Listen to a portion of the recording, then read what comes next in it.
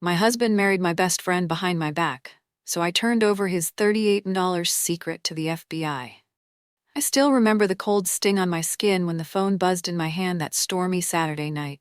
The text came from an unknown number. No name, no photo, just one line. Thank Gabriel's Church, 300 p.m. You need to see this. I sat motionless in my old Subaru parked by the curb. The wipers working furiously but failing to clear the fog clinging to the windshield. Across the cobblestone street, groups of people in formal wear were slowly filing through the grand stone gates of the granite church. My name is Sophia Campbell.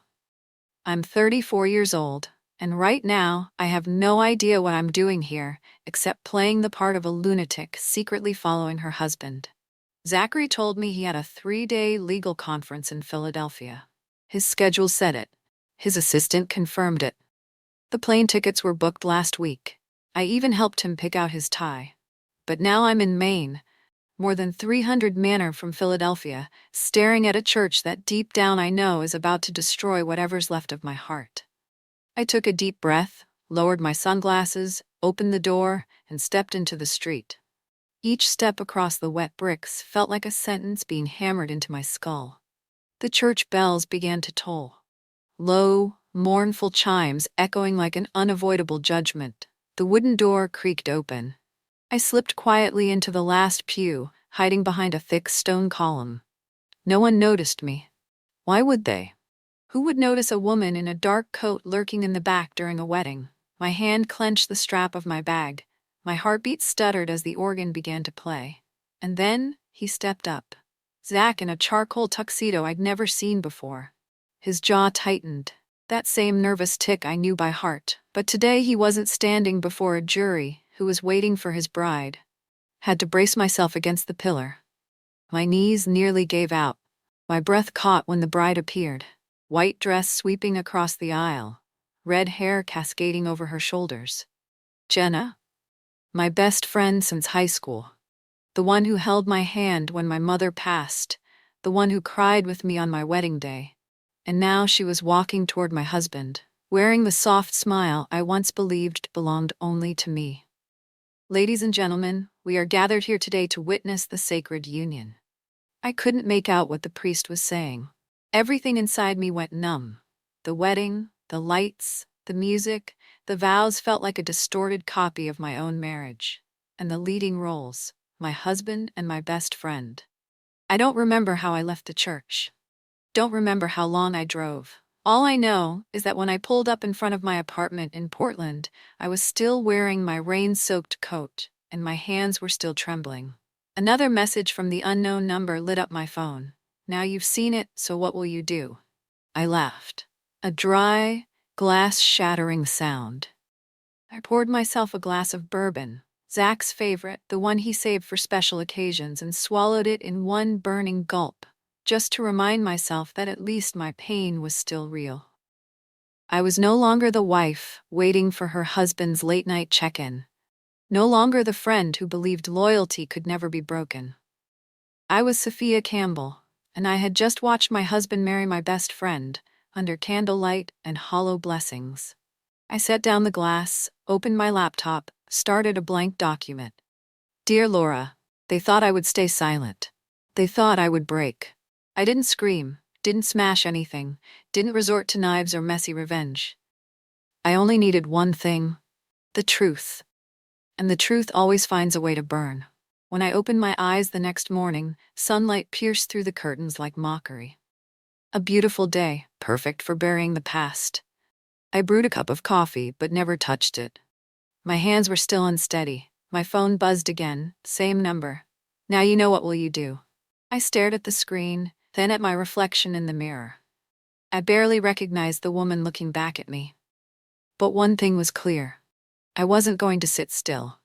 Zach had lied. Jenna had betrayed. But what I couldn't forgive was realizing I had been used like a pawn. And I've never been the type to stay silent when pushed off the board. I opened my laptop. The first line of the email to Laura, my mother-in-law, was still there. Dear Laura, I hope this email finds you well. Polite, hollow, Just like the way she smiled at me during Dallas and then whispered behind my back, calling me a nameless accessory with convenient political ties. I deleted the email. Instead, I opened a hidden file, linked accounts, something Zach never imagined I'd find. 3 years ago, I helped him recover access to an internal email at his law firm. I remembered everything: domains, backup login, even his lazy habits. Password Sophia 11121. My birthday. Funny and pathetic. One click, and I was inside his secondary account. Work emails, browser history, cloud files, and immediately I realized I wasn't just betrayed. I had been weaponized. There were folders labeled Legacy Holdings, a Florida-based real estate investment firm. Inside were dozens of emails between Zach and a woman named Clarissa Dalton, a lawyer specializing in private trust structuring. Clarissa had attended a charity gala hosted by, of course, Laura. I downloaded everything. 2 hours later, I was drowning in a web of financial schemes more complex than I could have imagined. Over a dozen hidden accounts filed under various shell entities, but they all traced back to one name: Zachary Campbell, or worse, the Zachary and Jenna Trust. They had planned this for a long time. One PDF file was titled Plan Transfer, Jenna Primary, with a note: trigger after Sophia is no longer legally bound. I didn't know if that meant divorce or something darker, but in that moment, every piece fell into place. Zach hadn't married Jennifer Love. He needed her to maintain legal control over assets structured under my mother's name, who once served as a federal financial commissioner. I was the political key that legitimized everything. A deeper cloud search revealed documents for various property projects, and my name had been scrubbed from legal structures 7 months ago, right when Zach started traveling more. One email from Jenna to Laura read, Turner Fund deal finalized. Sophia still doesn't suspect a thing. Zach handled it well. Laura replied, good. Keep her distracted with the charity Gaias. If anything urgent comes up, I'll have Joe step in.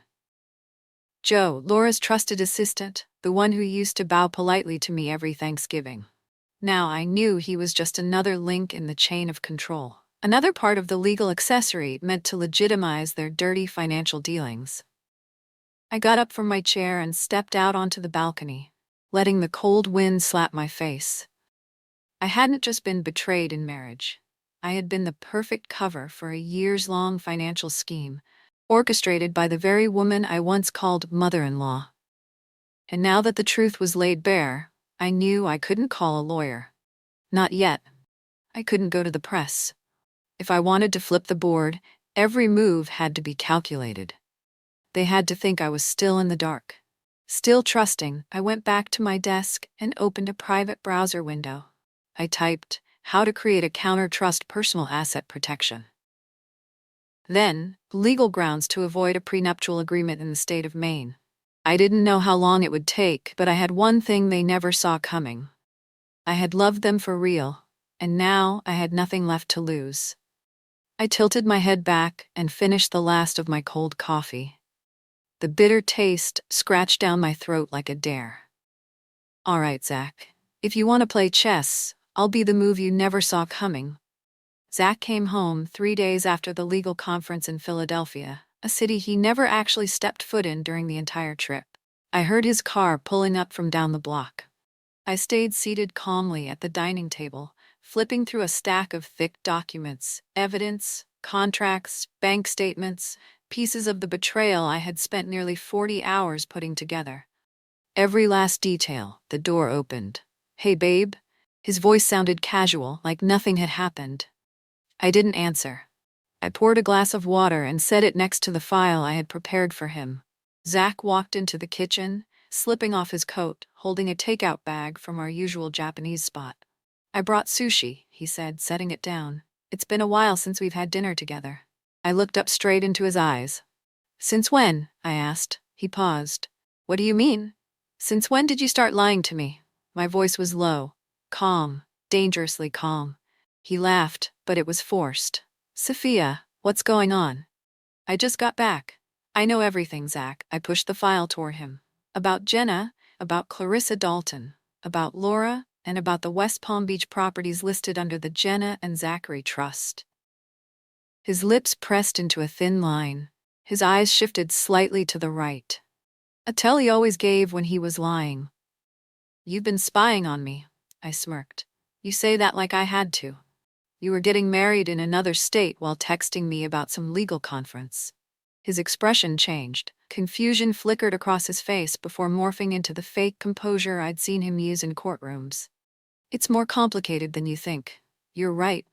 Much more complicated than I thought." I stood and walked over to the filing cabinet. "Like how you used my connection to Senator Raymond Carter, my uncle, to shield Laura's shady financial operations for the past 2 years." He started to speak, but I raised a hand.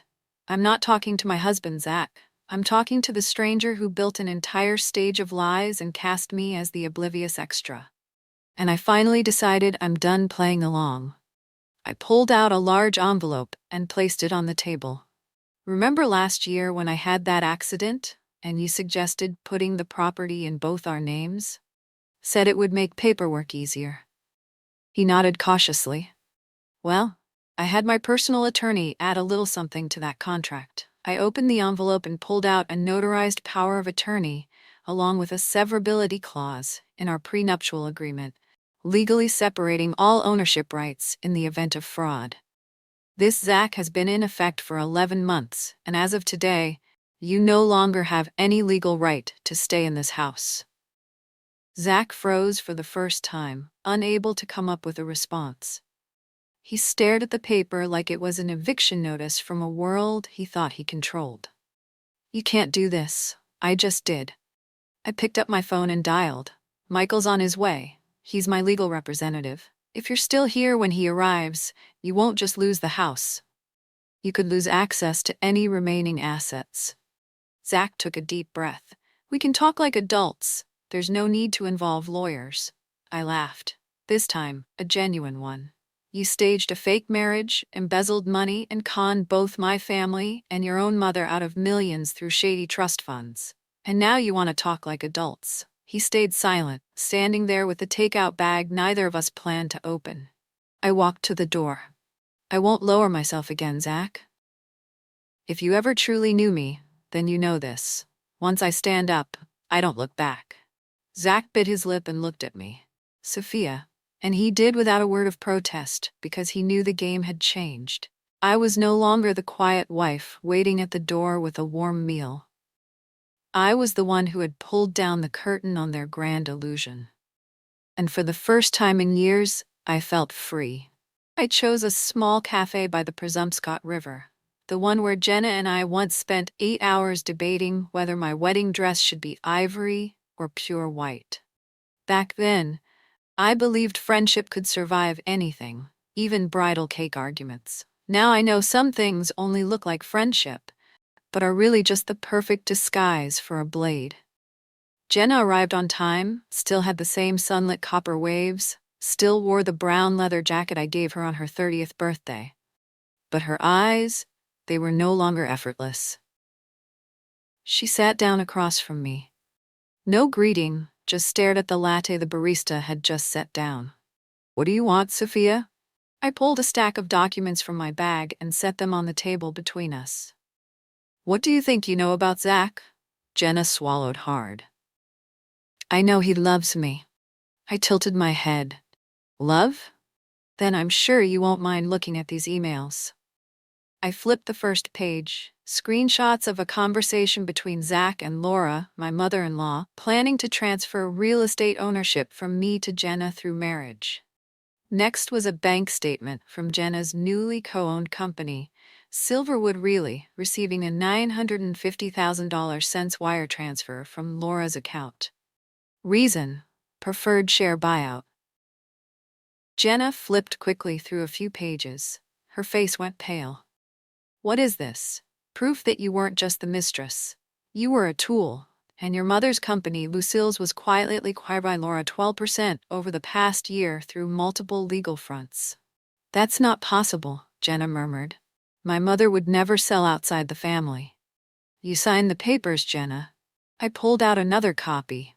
"When you were a junior legal intern, you legally validated the transfer of a Kennebunkport property. Without knowing it was the first move in Laura's acquisition strategy, Jenna's eyes widened. Her hands shook as she reached the page with her own signature. Zach said it was a procedural exercise, just part of my training file. Her voice trailed off. I didn't need to be cruel. Sometimes the truth is punishment enough. And now, I said slowly, you have two choices. She looked up, panic flooding her eyes.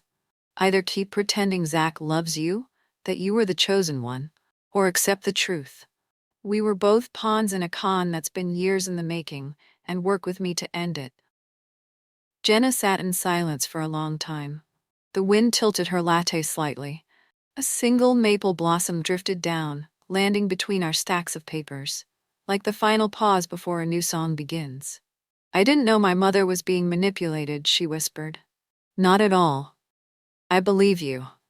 I looked her straight in the eye. That's why I'm sitting here. What are you planning to do? I pulled out a small USB and placed it on the table. Everything's on here. Assets, recordings, trust fund details, even emails between Zach and Clarissa, the lawyer helping Laura launder money through those trusts. Jenna stared at it like it was a lit match resting on hardwood. If this gets out, everything falls apart, she said softly. My mother's company, my family's name, and you think I haven't wrestled with that? I replied, my voice trembling slightly. Zach lived with me for 8 years. Jen, I trusted you when I handed you my wedding bouquet. I trusted him when I signed our marriage license. Now I choose to end the game, even if it burns me with it. Another silence followed. This time, no wind, no clinking mugs, just Jenna as red, and a hand slowly reaching across the table to pick up the US. I'll help you, I nodded. But only because I need to know, she said, her tone steel-edged. If you ever really saw me as a friend, or if I was just another piece in your counterattack. I looked at her for a long time. I'm not rewriting our friendship, Jenna, but I won't let anyone use it to cover up crimes anymore. She gripped the USB tighter. Determination flashed in her eyes. Then let's begin, Jenna said. I exhaled. I wasn't alone anymore. 3 days after meeting Jenna, I sat inside the office of Eli Mercer, a financial attorney specializing in trust investigations and money laundering. He was a longtime friend of my brother Noah, and the only person Noah trusted enough to hand me off to in this situation.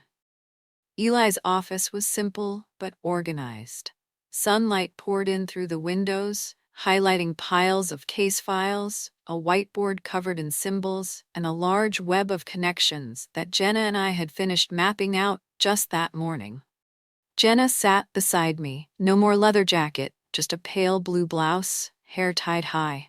For the first time in years, I saw someone no longer clouded by romantic delusion, but a woman ready to act. Eli took a sip of coffee and opened his laptop. Are you both sure you want to go this deep? He asked, eyes still on the screen. I nodded. We're not here to suggest, we're here to end this. He tapped a few keys. A complex financial flowchart appeared on screen. What you uncovered is just the surface. This system, he circled a red section, starts with a nonprofit called Everett Hope Education Fund, founded 18 years ago by none other than Laura Campbell. Jenna's eyes widened. That's the scholarship fund for children affected by medical crisis. My mom's been a donor for nearly a decade, and that's how they earned public trust. Eli nodded, flipping open a spreadsheet. But according to bank records, most of the donations from corporate partners weren't used for scholarships. They were funneled into secondary trusts, most under the names of minors. I frowned. You mean they used kids' names to hide money? Exactly. And the legal custodians on those trusts, almost all, are either directly tied to Laura or Zachary. Jenna turned toward me, her face hardening. He told me he was helping with a child finance initiative in Vermont. I even attended the conference with him. Eli slid another folder across the desk. There was no conference. It was a fake front created to legitimize the transfer of funds from real estate firms into this system. I picked up the last bank statement. My chest tightened as I read. Beneficiary, Elias Porter Jr., age 6. Custodian Clarissa Dalton Elias, the son of a front desk clerk at a homeless outreach center in Augusta. I had given him a new backpack last fall before school started. No one at the center knew. His name had been used as a tool for laundering money. "How many children?" I asked, my voice tight. Eli answered without hesitation. "Over 30, and more than half of them never received any of the scholarship or insurance benefits that were publicly promised." Jenna clenched her fists. "And my mother, did she know?" Eli was silent for a moment. Then he opened a decrypted email, an exchange between Laura and Jenna's mother, Lucille Dawson. "Just have Jenna sign it. She'll legitimize everything if it's ever audited later. As for the Ever Hope Fund, I guarantee public benefit remains the best cover." I didn't know what Jenna was thinking, but her shoulders dropped as if someone had just placed 1,000 pounds on her back. Not just betrayal by a lover, but being exploited by her own mother. I placed my hand on the table. "Eli, what do we need to do to bring this to light without harming the kids or making innocent people pay the price?" He nodded and opened a new file. "We need to isolate the legitimate funds, classify all involved parties by their level of involvement, and work directly with a financial prosecutor to submit the full case." But he paused, his expression serious. "You need to know once this is submitted, it will explode. Press coverage, federal investigation, organizational shutdowns, asset freezes, even immediate arrests." I exhaled slowly. "We're not here to start a wildfire. We're here to rescue the kids who are already burning without even knowing it." Jenna nodded beside me. "And if this ends my career, so be it. But it ends." Eli looked at us both for a long time. "Then I'll help you write the ending to this story, but we have to write it right." That morning, Portland was blanketed in a pale fog. My apartment was flooded with cold white light, and the dining table had become a battlefield covered in documents, financial maps, trust diagrams, and legal reports Eli had sent over the night before. I hadn't slept at all. Jenna had passed out on the couch, still clutching the list of children whose names had been exploited to launder money. Couldn't close my eyes because I knew if I did, I'd see their faces. And the panic of adults watching them lose everything because of someone else's crimes. The doorbell rang at 8:12 a.m. I opened the door and there she was, Laura Campbell, like a cold wind from the past stepping inside. She wore a black high-colored coat, her hair neatly pinned up, sunglasses hiding her eyes, but her voice was unmistakable. "We need to talk, Sophia. Just the two of us." I blocked the doorway. "You should speak to my attorney. Attorneys will do what attorneys do. I'm here to do what smart women do, negotiate." I let her in. Jenna jolted awake at the sight of her, but I signaled her to step into the bedroom. Laura sat down, removed her glasses, and looked at me with a calmness that sent chills down my spine. "You think you've got it all in your hands? And yes, you have a lot. But what you don't have, Sophia, is the full picture." I crossed my arms. "I have enough to send all of it to the federal prosecutor." She nodded unsurprised. "I know. And if you do that, everything collapses. Not just me, not just Zach, but the children depending on this system. Even if that system was built from rotting bricks," I let out a cold laugh. "That's quite the confession." Laura tilted her head. "Do you know how many leukemia treatments the Ever Hope Fund has paid for in Appalachia? How many single mothers got vocational scholarships through the Jenna Foundation, the fund I created to cover up the dealings between Jenna and Zach?" I clenched my hands. "You're trying to repaint evil as necessary. I'm showing you that some evils are necessary." I said nothing. In my mind, I saw little Elias, 6 years old, beaming with his new backpack. If the fund collapsed, would he still get treatment? You could expose everything. Laura continued, her voice lower now. "But you'd be destroying the future of dozens of innocent lives. Do you really think the media will distinguish between masterminds and children whose names were used?" I asked. "So, what is it you want?" Laura opened her bag and placed a large envelope on the table. A quiet settlement. I withdraw from Everhope. Jenna's name gets cleared from any suspicious trusts. You receive a secure financial package to rebuild. Everything gets restructured, legal, mutually beneficial. No one goes to prison. No child loses their scholarship. I stared at the envelope. I didn't need to open it to know what was inside. Money, legal assurances, beautifully worded promises, written by Boston's slickest attorneys. I said nothing. And that's when she delivered her final blow. Upia, think of Elias, of Kalb, of Zoe, the girl with cerebral palsy, and Bangor, you took photos with last year. If this system collapses, those children will be the first to suffer. Not me, not Zach. I turned away. My hands trembled, my heart felt like it weighed 1,000 pounds. If I exposed everything, my conscience might be lighter. But who would bear the cost? I stepped out onto the balcony. The fog had lifted. Sunlight spilled across the rooftops. In that moment, I wasn't Sophia, the betrayed woman, the used one. I was Sophia, the person holding the fate of dozens of innocent lives with a single click. Jenna stepped out behind me, gently taking my hand. "What will you do?" she asked. And I didn't answer right away. We stood there in silence at our feet, a crossroads, justice and the price of it. Finally, I turned to Laura. "You'll have your answer, but not today. Today, I need to speak to the people this will affect before I decide whether to destroy what's left or try to save it." Laura nodded. She understood or pretended to. But I knew the hardest choice isn't revenge. It's deciding who deserves to be saved and who must pay. That evening, the Campbell Lakefront estate glittered like a winter palace. Crystal chandeliers, elegant orbs, expensive champagne, and hundreds of guests in perfectly tailored formal wear.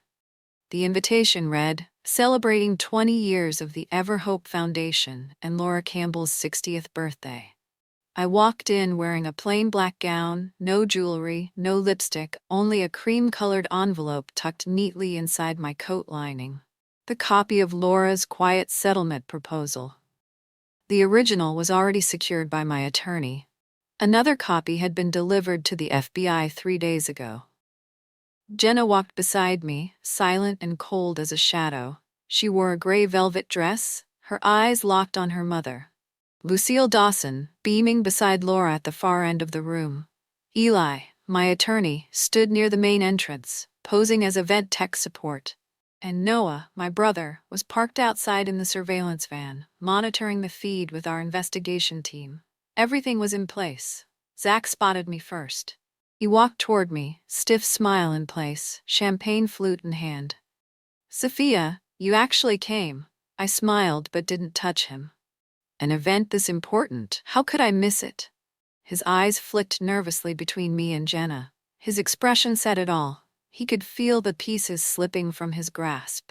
Laura's voice rang out through the microphone. "Let's all raise a glass to 20 years of Everhope. A symbol of generosity, equity, and compassion." I stepped forward. "If I may, I'd like to say a few words." All eyes turned to me. Laura squinted slightly but kept her smile intact. Zach froze. Jenna quietly moved back toward Lucille. I turned to face the entire room. The warm light from the chandeliers lit up the faces of every guest. Politicians, business leaders, people who had once shaken Laura's hand in the name of community service. "My name is Sophia Campbell," I began, my voice steady. "And I was once the daughter-in-law of this woman." A ripple of murmurs swept through the crowd. Laura didn't react. Yet, I used to believe in the Everhope Foundation. I believed it existed for the children.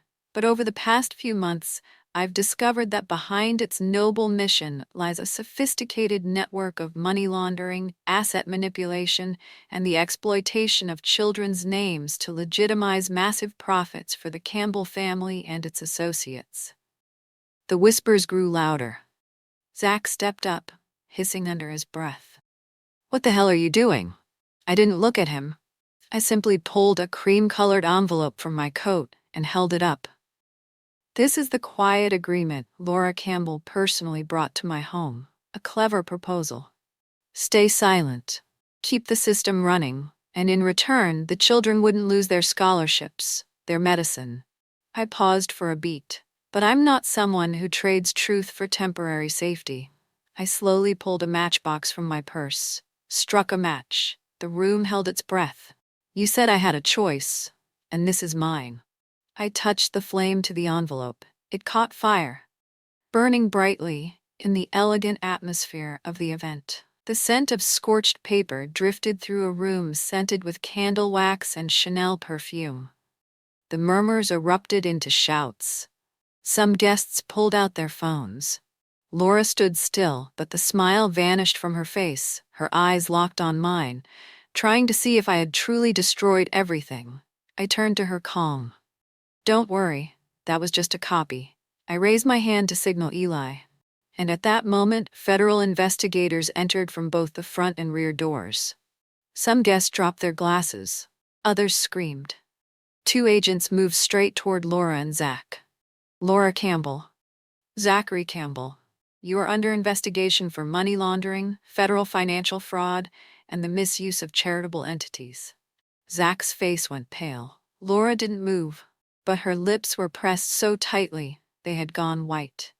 As they cuffed her, she looked back at me. Not with hatred, but with a haunting regret. We just burned down everything we built. I looked at her one last time.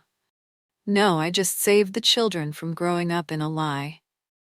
News of William Campbell's concealed death dominated headlines for an entire week.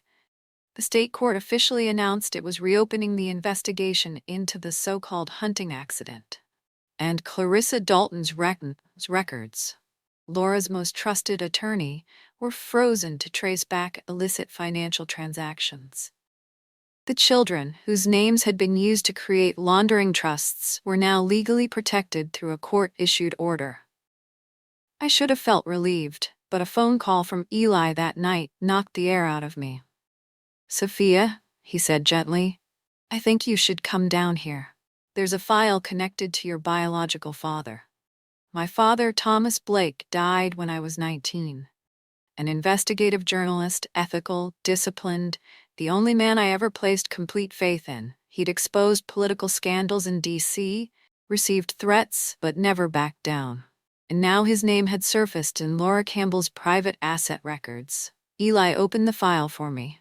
Inside was a black and white photo taken more than 30 years ago. Laura, young with her arm around a man I recognized instantly, my father. The angle was grainy, but the smile, the eyes, unmistakable. At the time, Laura was 23, working as an assistant for a nonprofit media foundation. Thomas Blake was an independent investigative advisor for the same organization, Eli explained. They traveled together for 9 months. There were rumors that it was more than just work, but nothing was ever confirmed. I felt my heart climb into my throat, and I asked, my voice cracking. Eli handed me a sealed envelope, a copy of a DNA test result from a private hospital in New York. You'll want to read the last page. I opened it. Each line felt like a blade slicing through every old layer of trust I had left. Example 1, Zachary Campbell. Example 2, Sophia Blake Campbell. Biological relationship, half-siblings, same father. Probability of match 99.7%. I went numb. The entire room spun. I gripped the edge of the chair, unable to believe what I had just read.